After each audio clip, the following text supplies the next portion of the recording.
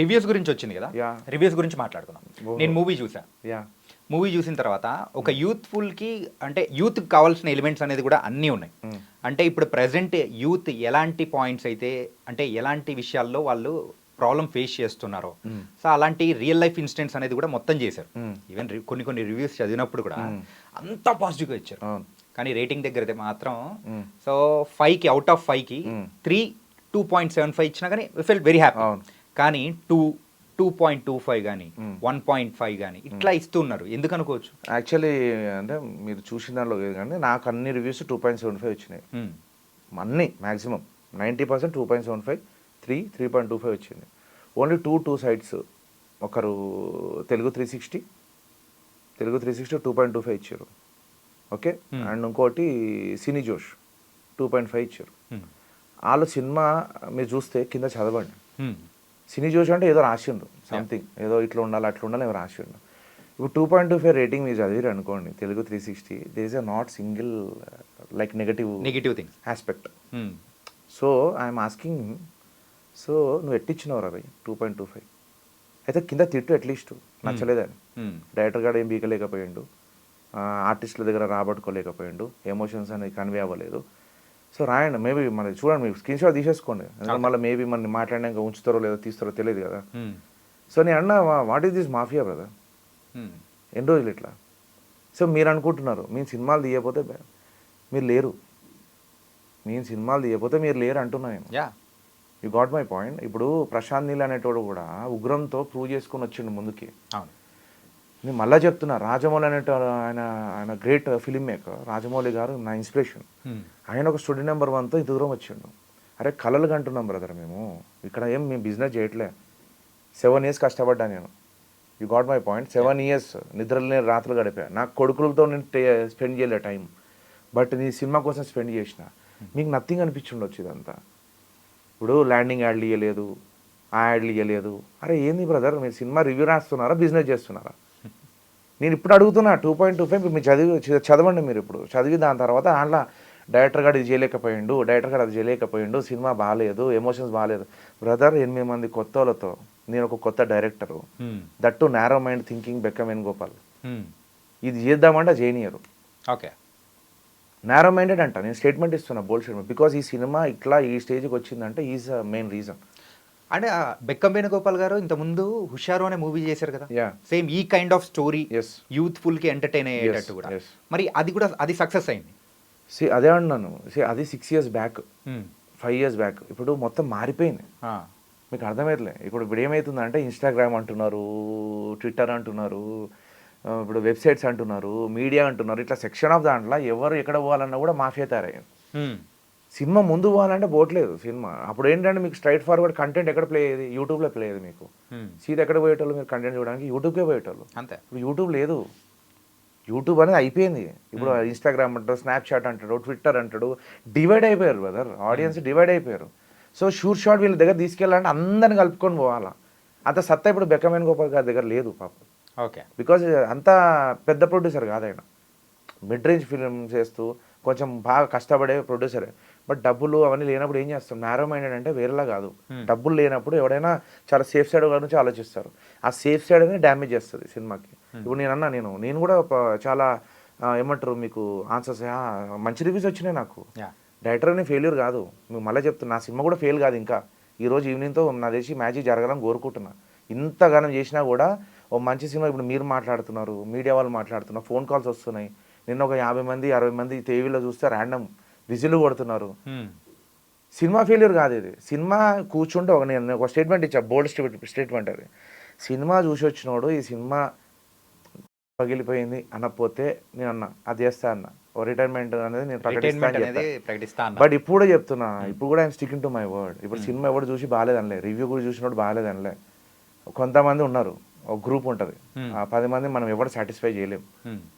But cinema hit అంటే ఎట్లా అంటారు, ఒక 60% పీపుల్ నచ్చిందంటే అది బ్లాక్ బస్టర్. రేషియో అదే. ఇప్పుడు 60% చూస్తే బ్లాక్ బస్టర్. నా సినిమా 90% పీపుల్కి ఆదరించారు. మీరు చూస్తే యుఫోరియా 2 షోలు క్రియేట్ చేసిన నేను. ఇప్పుడు కూడా దేవికి వెళ్ళాను, మీరు 10 మంది మధ్యలో కూర్చోండి, ఇట్లా చూడండి. మీరు ఎవరో కాదు కదా, తెలియని వాళ్ళు కాదు కదా, తిడతాడు అమ్మ బుద్ధులు తిడతాడు నచ్చపోతే, ఈ అమ్మ అనవసరం డబ్బులు వేస్ట్ వచ్చినామని. కానీ వాళ్ళు నిన్న మేము ర్యాండమ్ ఇట్లా పెట్టుకొని కూర్చున్నాం, విజిల్ కొడుతున్నారు ఆ cinema night second show Thursday. So ఎంత ఎన్ని రోజులు ఆపుతారు?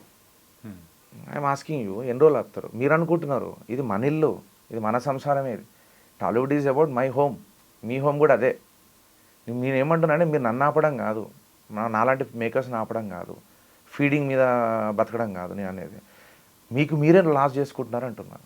మెయిన్గా ఈ విషయంలో ఇంకో విషయం అంటే ఇంకోటి కూడా మాట్లాడాలి. యా, పక్క లాంగ్వేజ్ నుంచి వచ్చే మూవీస్కి కొంచెం పెద్దపీట వేస్తూ ఉన్నారు. కానీ ఇక్కడ వచ్చే ఏ చిన్న కంటెంట్కి అయినా కానీ, అంటే చిన్న ఫిలిం అయినా కానీ, ఒక మంచి మిడ్ రేంజ్ ఫిలిం అయినా కానీ, ఒక ఎంటర్టైన్ మెయిన్గా మంచి ఫిలిం అయితే దాన్ని ప్రమోట్ చేయడానికి కూడా పెద్దలు ఇష్టపడట్లేదు. అవును, ఇన్ఫాక్ట్ చెప్పాలంటే ఇప్పుడు మీ దానిలో జరిగింది కూడా అదే అనుకోవచ్చా? అవును, అదే అనుకోవచ్చు. నేను అదే అన్నా. ఇప్పుడు లవ్ టుడే నువ్వు ఎంత డేర్గా తీసుకొచ్చి రిలీజ్ చేస్తావు? సో దాంట్లో ఉన్నది ఏంటి, ఇప్పుడు దీంట్లో లేని ఏంటి చెప్పండి. లవ్ టుడే సినిమా పెట్టుకుందాం ఆడ, ఇప్పుడు నా రోటికా రొమాన్స్ సినిమా పెట్టుకుందాం. నేను చెప్తున్నా మీకు ఓపెన్గా, ఇప్పుడు 2 సినిమాలు చూసుకుంటే నా అవుట్పుట్ చాలా బెటర్, నా అవుట్పుట్ చాలా బాగుంటుంది లవ్ టుడే కంటే. అంటే నేను ఏదో మజాక్లో రజాక్ చేయలే, నేను సినిమా చాలా స్ట్రాంగ్ ఇంటెన్షన్స్తో చేసిన సినిమా. సంథింగ్ ఏదో చెప్పాలి ఆడియన్స్కి, సంథింగ్ ఈ యంగ్ జనరేషన్కి ఏదో ఒకటి సొల్యూషన్ ఇవ్వాలని చెప్పి తీసిన సినిమా.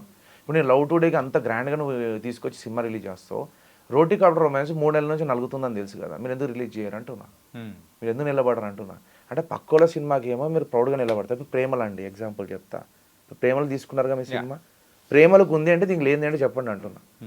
ఇప్పుడు నేను అంటున్నా, నేను ఇప్పుడు రివ్యూస్ కూడా చూసారు కదా మీరు, మరి ఇలాంటి ఎంకరేజ్ ఎందుకు చేయరు అంటున్నా. మీరు ముందుకు ఎందుకు రారు బ్రదర్? మీరు ఎంతసేపు మలయాళం సినిమా అంటారు, తమిళ సినిమా అంటారు, కన్నడ సినిమా అంటారు. ఇప్పుడు అదొక సినిమా అండి, మొన్న ఆయన సినిమా వచ్చింది కదా ఆయన అండి, అదే మన కాంతారా బగీరా, లేదు బగీరా కాదు, బగీరా కదా, కాంతారా బ్రదర్ ఉంటారు కదా మన ఆయన, చార్లీ లేదు